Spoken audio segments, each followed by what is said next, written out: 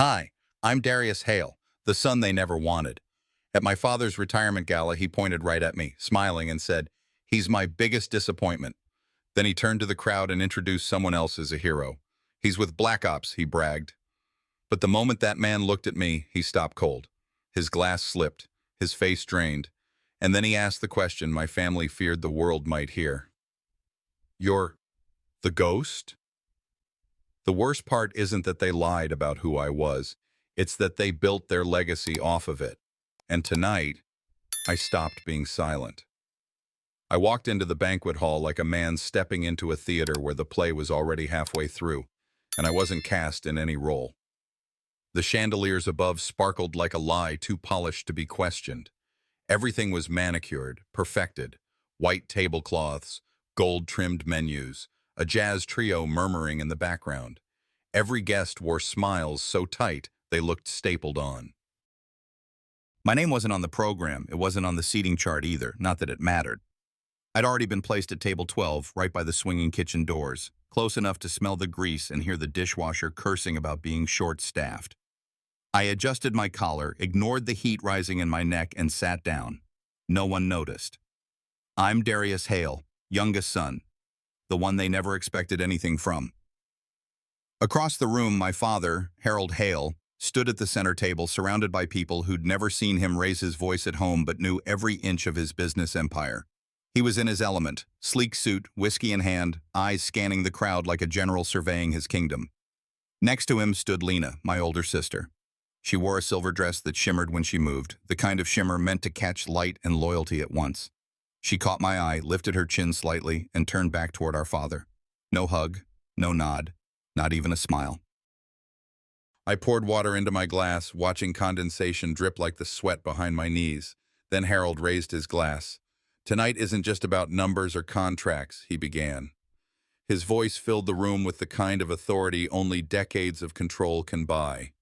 "It's about legacy, about family, about knowing who will carry the torch when I'm gone." I felt my chest tighten. I knew where this was going. "And while some of my children have chosen less ambitious paths," he paused, letting the room ripple with soft chuckles, "there are those who understand what it means to build, to protect, to matter." I stared at the tablecloth, pretending to smooth a wrinkle that wasn't there. Harold gestured toward a tall, broad-shouldered man beside him. "Everyone, meet Marcus Keene, decorated Navy SEAL, leader, loyalty like steel. He's the son I never had, though I thank God I do now." Applause, loud, sincere. Tables erupted in nods and backslaps. I didn't clap. I didn't move. Marcus walked up to Harold, shook his hand, then turned to the crowd with the kind of grin that said, "I belong." He soaked in the spotlight like someone who'd spent his life earning it. But then, he saw me. His eyes met mine and froze. Everything in his posture changed. Shoulders tensed, smile faded. His hand, still in mid-shake with someone else, began to tremble. He mouthed the words like they weighed more than the applause still echoing around us. "You're the ghost of Black Ops?" It wasn't loud enough for most to hear, but I heard. So did Harold. His smile faltered, only for a second, but I caught it. That was all I needed. I didn't flinch, just stared back at Marcus as if I'd never heard that name before, as if it didn't make every hair on my neck stand at attention, as if it hadn't been sealed deep behind classified files and blood-soaked memories. I took a sip of water, swallowing more than liquid. Marcus lowered his gaze, shook his head almost imperceptibly, and backed away. Harold's voice broke the silence.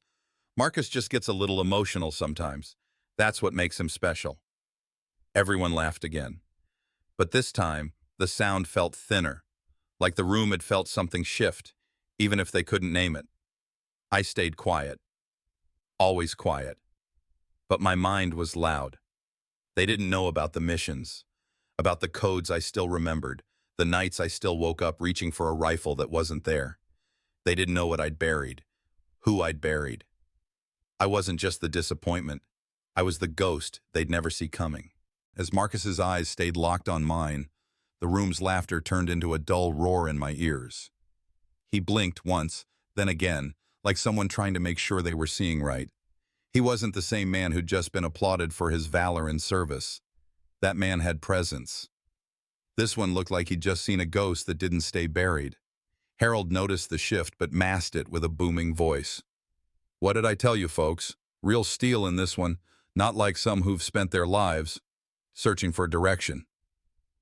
I didn't respond. Not with words, anyway. I kept my eyes on Marcus, then slowly turned my attention back to the untouched glass of water in front of me. I knew that tone from my father.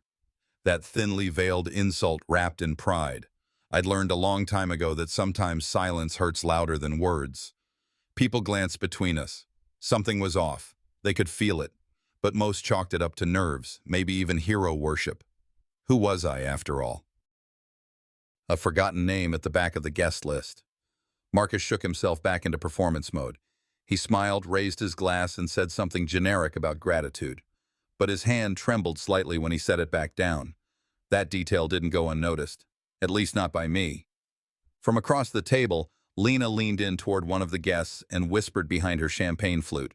Her eyes slid my way like she was aiming a knife made of polished glass. "You know," she said, just loud enough for me to catch, "Darius was always a bit of a ghost growing up too. Quiet, always in his room, always away." They laughed. Small, clipped laughs. Marcus glanced toward her, then back at me. I didn't flinch, not because it didn't sting, but because I'd already lived through worse. Family has a way of cutting you without drawing blood, and they act surprised when you flinch. Minutes passed. I pushed food around my plate, trying to calculate if it was worth staying any longer. Then I felt a presence at my side. Marcus. He leaned close, pretending to adjust his jacket like he'd dropped something under the table. "I thought you were dead," he said under his breath. His voice was strained, like he was trying to hold something back. "They said the ghost vanished in Caracas. That was 5 years ago." I didn't respond.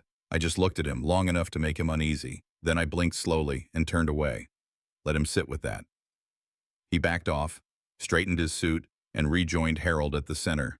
But the color still hadn't returned to his face. I stood to excuse myself, more out of instinct than purpose. As I made my way toward the hallway leading to the restrooms, Lena intercepted me, stepping just into my path. "Where are you off to, little brother?" she asked, her tone sharp but honeyed for the guests around us. "Going to disappear again like you always do?" I looked at her and smiled, just a little. "Maybe. Or maybe I've been here all along, and you just never saw me." Her eyes narrowed slightly. "Don't be dramatic. You know Dad's trying. He gave you a seat, didn't he?" "Next to the swinging kitchen doors," I replied quietly. "Yeah, real warm welcome." She shook her head, muttering, "You're always playing the victim." But I wasn't playing anything. When I got to the hallway, I stopped by the mirror hanging over a sideboard. The lighting was dimmer there, more forgiving. I looked at myself, tie slightly crooked, shoulders not quite squared. I thought of the night Marcus was talking about, the mission, the fire, the silence that came after. Harold didn't know about any of it. Neither did Lena. To them, I'd just disappeared. Another failed son who didn't fit the mold. But Marcus, he knew. And if he knew, Harold would start asking questions. I wasn't worried about being found out. I was worried about being used. Again. Back in the banquet hall, the mood had shifted. I felt it the moment I stepped back inside. Eyes lingered a little too long. Conversations dipped in volume when I passed. People who hadn't known my name an hour ago now seemed unsure what to make of me. Harold stood at the head table, sipping from his glass. He glanced my way, longer this time, and gave a tight nod, as if to say, "Stay in line." But I wasn't in line anymore. I'd spent too many years invisible to let them draft a new narrative where I was the background character to someone else's glory. Marcus avoided my gaze now. Whatever calm he had walked in with was gone. I sat back at my table slowly and watched the room breathe around me. There was power in knowing what people didn't say, in holding onto a truth that made others squirm. Marcus's fear wasn't about who I was, it was about what I knew. And suddenly I realized my silence was the only weapon left in my hands. The whispers in that banquet hall followed me into the night, louder than the applause ever did. I didn't head for my car right away. Instead, I walked along the edge of the lot, letting the cool night air soak into my skin. The scent of cut grass and stale champagne trailed behind me like regret. Inside, the party kept going. Laughter, music, clinking glasses. But out here, it was just me and the weight I carried. Applause fades faster than shame. It clings to you long after the room forgets. Footsteps approached, slow but sure. I didn't turn around. "Hey!" Marcus's voice called out, firm but not hostile. "Don't walk away." I stopped near a row of parked golf carts and finally turned. He was coming toward me, his tie loosened, expression unsettled. "How do you know that name?" he demanded. "Ghost of Black Ops. That's not something you say lightly." I stayed quiet. He looked around as if expecting someone to jump out and yell, "Gotcha!" But there was no one else in the dark lot except us and the buzz of a faulty light above the clubhouse door. "I saw that name in a closed briefing," Marcus said, eyes locked on mine. "File stamped so many times I couldn't even see the paper beneath. You shouldn't be here. You shouldn't even exist." That word, exist, hit deeper than he knew. For years I hadn't, at least not to my family. Still, I said nothing. My silence rattled him more than any answer could. He kept shifting his weight like he was standing on unstable ground. "The ghost," he whispered again, softer this time.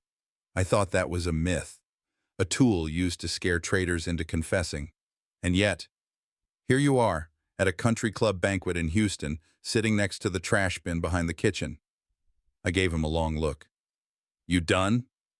He blinked. I stepped closer, just enough for him to notice the look in my eyes. "I don't need to explain myself to you," I said quietly.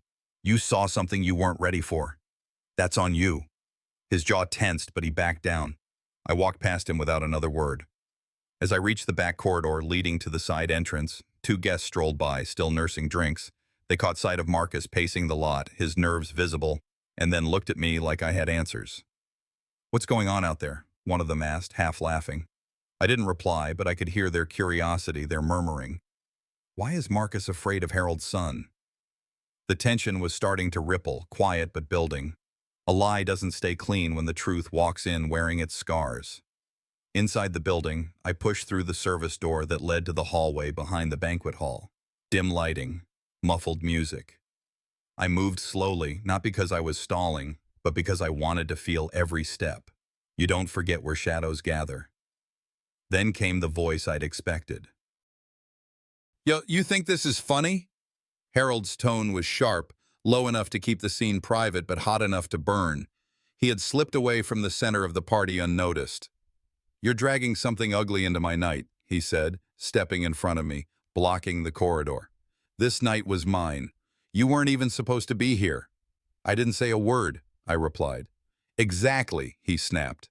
"You show up, you sit there like a ghost, and now people are whispering. Marcus is rattled. My guests are asking questions." "Then maybe you invited the wrong people," I said evenly. He laughed once, cold and shallow. "You don't belong here. You never did. You didn't follow in my footsteps. You didn't build anything. You didn't sacrifice like I did." I looked at him, this man who wore success like armor but never noticed the rust underneath. "I sacrificed plenty," I said, voice steady. "You just didn't see it." He shook his head, bitterly amused. "Don't ruin this night for me." I didn't answer. I didn't need to. He stepped aside with a look that said more than words could. "You're not part of this family. You never were." I walked past him, kept going. I didn't stop until I reached the far end of the hallway, where a glass exit showed the dark sky outside. Leaning against the wall, I stared out into nothing. In my mind, I saw flashes, men in the dirt, radio static, the sound of breath held too long. The name Ghost wasn't earned from bravery. It was handed to me the night I chose silence over orders, when I let the truth die so others wouldn't. One mission, one mistake, and then nothing. No burial, no mention. Just files sealed and a name no one wanted to say out loud.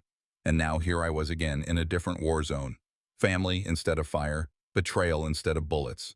I realized something in that quiet moment. My silence had once saved lives. Now it was just helping them forget me. For the first time in years, I wondered if staying silent wasn't protecting me. It was burying me alive. The music hit me first when I stepped back into the banquet hall, the kind of light jazz people pretend to enjoy while counting down to dessert. The lights had dimmed just a notch, the stage now glowing under amber spotlights. I stood at the back for a moment, just long enough to let my eyes adjust and feel the shift in the room. The hush had returned.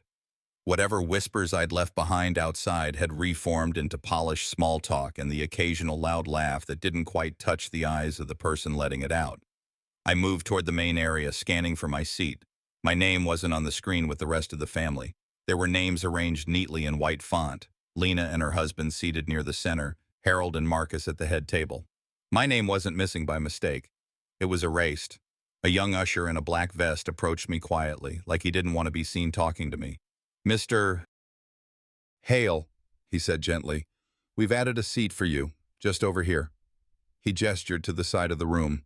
A single chair was tucked near the wall, half hidden by a tall plant beside the exit door that led to the hallway and restroom. No table, no placard, just a seat. I walked over and sat. That chair wasn't just wood and fabric, it was a message. Sit here, stay unseen, leave unnoticed. From where I sat, I could see everyone, but they had to look twice to see me, if they looked at all. The room carried on as if I'd vanished again, like I was meant to. My sister's voice pierced the air a few minutes later, just loud enough to reach the nearby guests. "Fitting spot for the disappointment of the family," she said, chuckling into her glass of wine. I didn't flinch, I didn't even turn my head. But inside, the comment nested in that familiar place just under the ribs, the spot where love should live, but bitterness had long since moved in. Marcus sat stiffly beside Harold, but his attention wasn't on the table. He kept glancing toward me, uneasy, like someone who saw a shadow he couldn't explain. A few guests at his table noticed. One woman tilted her head, then whispered something behind her hand. Another man narrowed his eyes at Marcus as if silently asking, "What's got into you?" Marcus didn't answer them. He just kept staring like he was still trying to fit the pieces of a puzzle no one told him existed. Then Harold stood. He raised his glass and silence followed, as if choreographed. The room loved him. He lived for it. The spotlight was his natural habitat. "This evening," he began, "is about legacy." He paused for effect, eyes scanning the faces that adored him. A legacy built not just on success, but on principles, courage, loyalty, honor. He reached over, resting a hand on Marcus's shoulder. "This man," Harold said, "is family to me. He represents everything I value." Everything. Some of us never managed to live up to. He didn't look at me. He didn't need to. The room erupted in applause. It was thunder without rain, just noise hammering down. Each clap felt like it hit the back of my skull, and I sat by the door, still, silent, forgotten again, but not gone. I leaned back slightly and looked at the chair beneath me. One day, this chair will mean something else. Tonight, it meant shame. But shame has a way of changing shape. They thought they were burying me in this seat. But sometimes, a man gets pushed to the edge only to find a clearer view of the center. As the applause thundered, I sat by the door, silent, invisible, but carrying the one thing they couldn't see, knowledge that could tear this room apart. The hum of idle chatter hung in the air like thick fog. My father's gaze was still fixed on me from across the room, and even in the low light of the banquet hall, I could read it clear as day. He didn't need to raise his voice. His eyes said it all. I was the flaw in his carefully painted portrait, the one brushstroke he never could control. He held his glass up again, full of that overpriced scotch he only opened for events like this. "Don't mind him, folks," he called out, voice just loud enough to carry, but not so loud as to seem cruel. "My youngest. He never quite found his place. But hey, at least he knows how to stay quiet." A wave of polite laughter rolled through the tables. Some eyes darted toward me, others avoided mine altogether. The pity in their faces stung more than the mockery. I sat still, gripping the arms of the chair beside the restroom door. It creaked slightly beneath my knuckles. I imagined it buckling beneath the weight of every insult stacked on my shoulders. Lena leaned forward, her lips dangerously close to Marcus's ear. Her voice wasn't loud, but it was sharp enough to slice through any pretense of subtlety. "See what I mean?" she whispered with a smirk. "He's just the shadow of this family. Always has been." Marcus didn't answer. His jaw tightened. He kept his eyes on me, not her. He hadn't said a word to me since we'd stepped back into the hall, but I could see the storm brewing behind his military composure. Meanwhile, my father basked in the spotlight. He worked the room like a campaign trail, shaking hands, clapping backs, laughing too hard at his own jokes. People lapped it up. He was the man with the golden reputation, the philanthropic businessman, the pillar of the community. And me, I was the chair by the door. Every smile he gave felt like a jab in my ribs. Every toast he raised was a reminder that in his world, I was always the footnote, unworthy, forgettable. But I wasn't forgotten tonight, not by everyone. I noticed Marcus inching his way toward Harold. He leaned in, muttering something low, face tight with tension. I couldn't hear the words, but I didn't need to. I saw the flicker of frustration in my father's expression, the subtle roll of his eyes, the dismissive wave of his hand. Whatever Marcus had said, it didn't matter. Harold wasn't listening. He never listened. That arrogance, it burned hotter than any insult. A few moments later, he came back around to my table. The room had quieted again. Dessert plates cleared, drinks refreshed. The music had faded to a soft background hum. And still I sat there, quiet, invisible, watching it all like an outsider at my own family's story. He looked down at me, smug, triumphant. "You enjoying yourself, son?" he asked, a cold grin forming. I didn't answer. He leaned in just enough so only I could hear. "You could have been part of this, you know, if you weren't so damn useless." I looked up, eyes locked with his, calm as stone. "Keep pushing," I said, "and you'll regret it."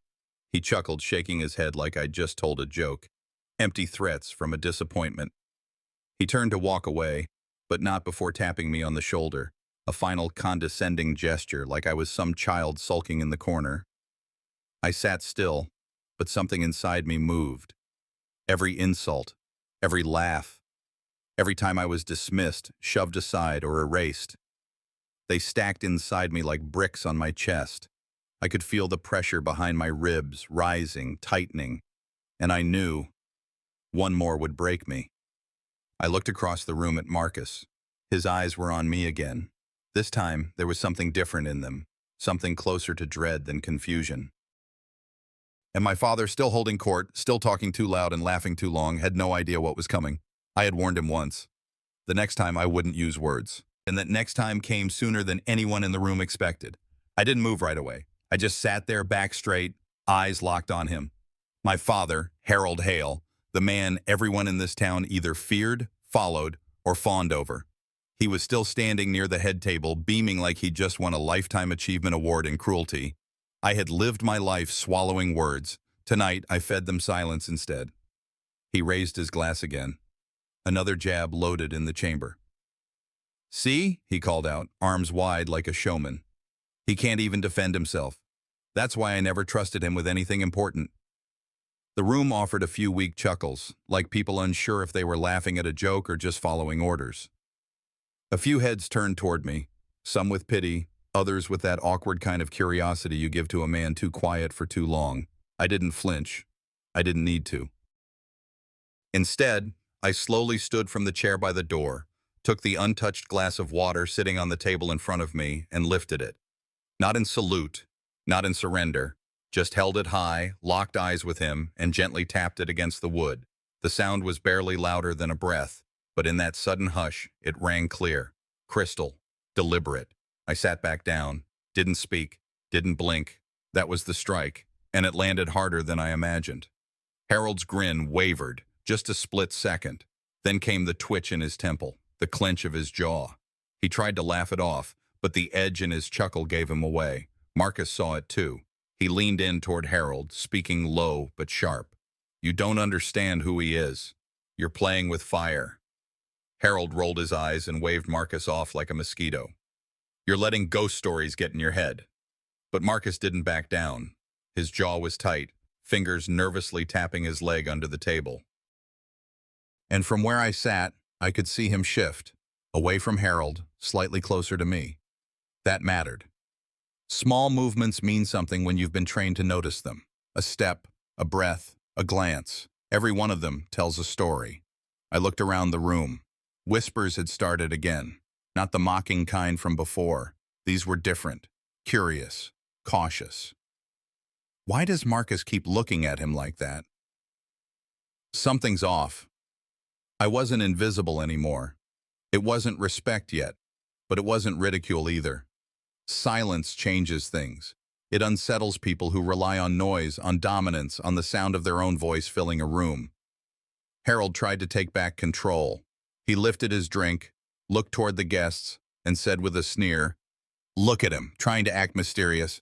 Don't let him fool you. He's nothing." I didn't react, but in my mind, I said it. Not nothing. Just not yours. He didn't own me, not anymore. He could toast and jeer and build himself into the myth he'd always dreamed of being, but he would never again be the man who got to define me. That era was over, and he knew it, even if he'd never admit it out loud. A few of the guests glanced at me again, but this time there was hesitation in their eyes. Doubt. One or two even looked toward Harold like they were trying to figure out if they'd missed something, some clue to the real story beneath this glossy family portrait. And that was enough. I didn't need to shout. I didn't need to expose the scars on my back or the memories buried under desert sands. I just needed to sit, still, calm, knowing. My silence had spoken, and for the first time, I saw doubt flicker in his eyes. And that flicker turned into fury the moment he realized the crowd had noticed it too. Harold's hand tightened around his glass. Not enough to shatter it, he still had some control. But the muscles in his jaw ticked, and that slick smile of his took a little longer to return. A couple guests exchanged side glances. The murmur in the room had shifted pitch. Not full-on rebellion, not yet, but no longer synchronized applause either. Power isn't lost all at once. It leaks, drop by drop, until the room no longer belongs to you. He must have sensed it too. Because in the next moment, Harold clapped his hands together, sharp and eager, like a man snapping himself out of a bad dream. "All right, folks, before we wrap this wonderful night," he said, stepping toward the front of the hall again, "I want to share something special, a little peek into what's next for Hale Partners and the people who made it happen." The lights dimmed slightly. The large projection screen behind him blinked to life, and a slideshow began. High-resolution images of corporate diagrams, logistics maps, and mock-ups of a new distribution facility filled the screen. The kind of thing that would excite investors and put a sparkle in the eyes of those still chasing titles. Applause broke out, polite, automatic. Harold turned and gestured proudly. "This right here," he said, voice rich with manufactured awe, "is the future of this company, and I couldn't have done it without two brilliant people. My daughter Lena, whose strategic insight shaped the plan, and Marcus Keene, who has shown loyalty and strength both in service and now in business." A spotlight briefly hit Marcus, who shifted uncomfortably in his seat. Lena grinned and gave a little wave like she'd just won a county fair prize. But I didn't move, because I knew those slides, knew every inch of them. That first image of the new facility. I sketched it 2 years ago on the back of a napkin while waiting for my flight to Qatar. The revised supply chain strategy, built off the late nights I spent reading outdated vendor contracts, finding the gaps no one else had the patience to see. Even the tagline at the bottom of the screen, "Efficiency meets integrity," was something I'd written on a whiteboard in a half-empty conference room while Harold was off playing golf with a senator. And now, my name was nowhere. Not once. It wasn't just theft. It was erasure. My fingerprints wiped clean. My work wearing their names. I felt the chair's arm dig into my palm as my grip hardened. Not enough to splinter it, but close. I didn't look away from the screen. Couldn't. The betrayal was too meticulous, too polished to ignore. A sun erased in ink as if he never existed. Across the room, Marcus glanced over at me. Sweat had formed at his temple. He looked like a man watching a fire crawl too close to a fuel tank. He leaned toward Harold, whispered something urgent. Harold didn't even turn. just lifted his chin and chuckled under his breath, as if Marcus had asked whether he preferred red or white wine. Marcus leaned back, shaking his head. Quietly, he muttered, "He's pushing you too far." He didn't know the half of it. The screen flicked to the final slide, the Hale Partners logo. Beneath it, 3 names: Harold Hale, Lena Hale, Marcus Keene, not mine. A guest at the table ahead of me nudged her friend. "Wasn't Darius the one handling that project last year?" Her friend nodded slowly. "Yeah, I remember. He gave a talk on it at the chamber meeting in January. Harold barely even mentioned it back then." Whispers started moving through the tables like a breeze. And Harold? He felt it. I saw it in the way he started speaking faster, louder, filling the space before it turned against him, but it was too late. Doubt had entered the room. That's all it takes. They had stolen my work, my name, my worth, but they hadn't stolen my patience. That was mine, and it was running out. And when patience runs out, silence breaks, and the truth makes its entrance. I stayed seated. I didn't move, didn't blink. Just let the silence hang there long enough to make a room full of suits fidget in their rented tuxedos. Harold was still standing near the screen, his shoulders drawn back like a man who believed the applause hadn't started to thin. His smile faltered slightly when someone near the back cleared their throat. Not a polite cough, but the kind that came before a question. "Wait," a voice called out. "Wasn't that Darius's project?" Every fork paused. Every wine glass hovered midair. The whisper traveled like static across the hall. Harold turned slowly, his jaw clenched. "I'm sorry." The guest, a balding man I vaguely remembered from one of the early vendor deals, didn't back down. "The distribution blueprint, the one you just showed, wasn't that your son's idea? I remember him talking about it last year." "You weren't even at the meeting." Harold's eyes scanned the room quick and sharp, looking for allies, but the applause had vanished. What remained was a mix of curiosity and something more dangerous: skepticism. Power doesn't vanish. It evaporates, drop by drop. Marcus's chair scraped back. He stood suddenly, hands shaking at his sides. His gaze wasn't on Harold. It was locked on me. "He's not who you think he is," Marcus said, voice low but cutting. "You all think he's the quiet one, the lost son. But that's not him." Harold snapped. "Sit down, Marcus. You don't know what you're saying." Marcus didn't sit. "He's the ghost," he said louder now. "You don't understand. He was the one they warned us about, even inside Black Ops. He wasn't a code name. He was a reputation." The room stilled. You could have heard the faint hum of the exit sign in the back. Dozens of eyes turned to me. So I stood, slowly, calmly. I adjusted the cuffs of my shirt. And for the first time all night, I let my voice carry.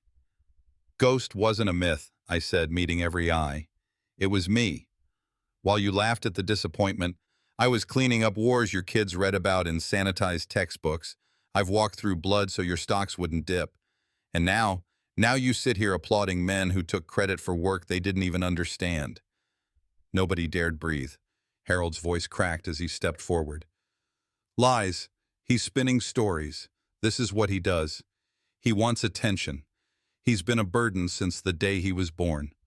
Then he slammed a folder on the table nearest him. It slid with a thud. Thin, prepared, ready. "Here," he barked. "Proof. Psychological evaluations. Dishonorable exit papers. A file of failure." His voice echoed louder than it should have, brittle at the edges. It wasn't conviction. It was desperation. I said nothing. Instead, I reached into my coat pocket and pulled out a sealed envelope. Thick, worn at the edges. Inside were copies of every signed contract I had negotiated. Photographs with generals whose names the public would never know. Receipts for travel Harold never authorized but benefited from. Even blueprints drawn in my hand in ink he couldn't erase. I placed it on the table gently. No dramatic thud, just enough pressure to make the gesture feel final. "I didn't raise my voice," I said quietly. "I didn't need to. The truth makes more noise than I ever could." Harold stood frozen. Even his mouth had stopped moving. Across the room, Lena looked down at the table, no longer smirking. Guests shifted in their seats, caught between politeness and the need to be anywhere but under those lights. Marcus lowered himself back into his chair, eyes wide, not in fear now, but in something closer to awe. In that silence, my father's empire cracked, not from my hands, but from the truth he feared most. And when the cracks spread, the past came rushing in with voices we thought were long buried. The room didn't move. No one sipped their wine. No one cleared their throat. You could feel it in your chest, that dense stillness that comes not from peace, but from impact. The truth had landed, and it had weight. The folder I laid down sat between us like a judge with no tolerance for lies. Harold, once the center of every room he entered, suddenly looked like a man stranded at sea. Eyes darting, fingers twitching, mouth slightly open, but no words forming. I had seen insurgents with less fear in their eyes. He tried to speak, finally. I only wanted what was best for this family. You were never supposed to. He trailed off. Maybe he realized mid-sentence how empty it sounded, or maybe it hit him that the audience wasn't swallowing it. The silence didn't save him this time. It convicted him. Then came the sound of paper rustling, not from the table, from my coat.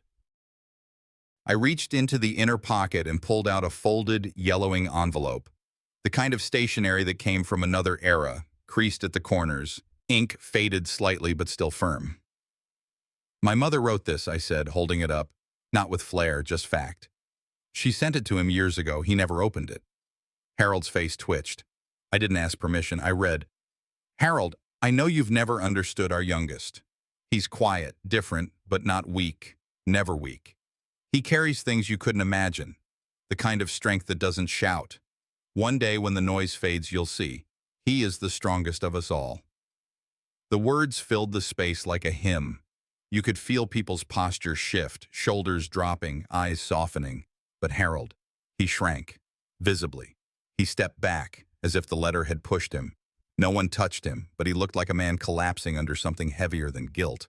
And then, across the room, a small movement caught my eye.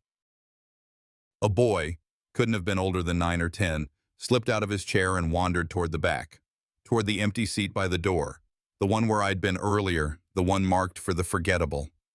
He sat there, calm, and looked at me. You're real, he whispered, not with fear, but with awe.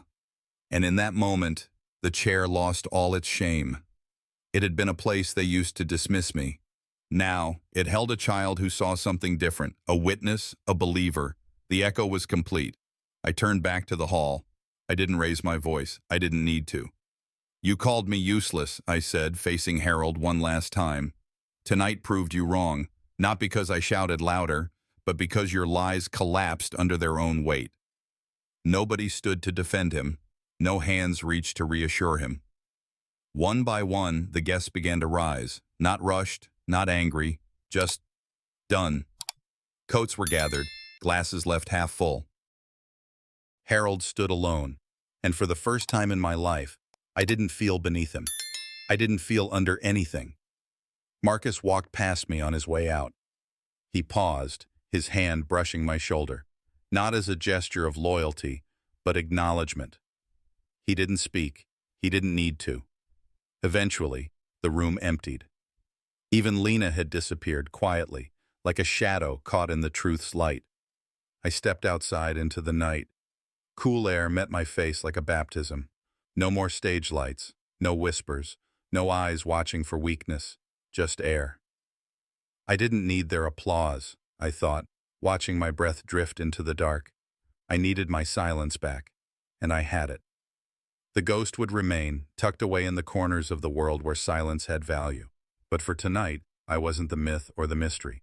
I was Darius Hale. Son, fighter, survivor. And the boy in the back had seen me. That was enough. The ghost was never my burden. It was my proof. And tonight, proof was all I needed.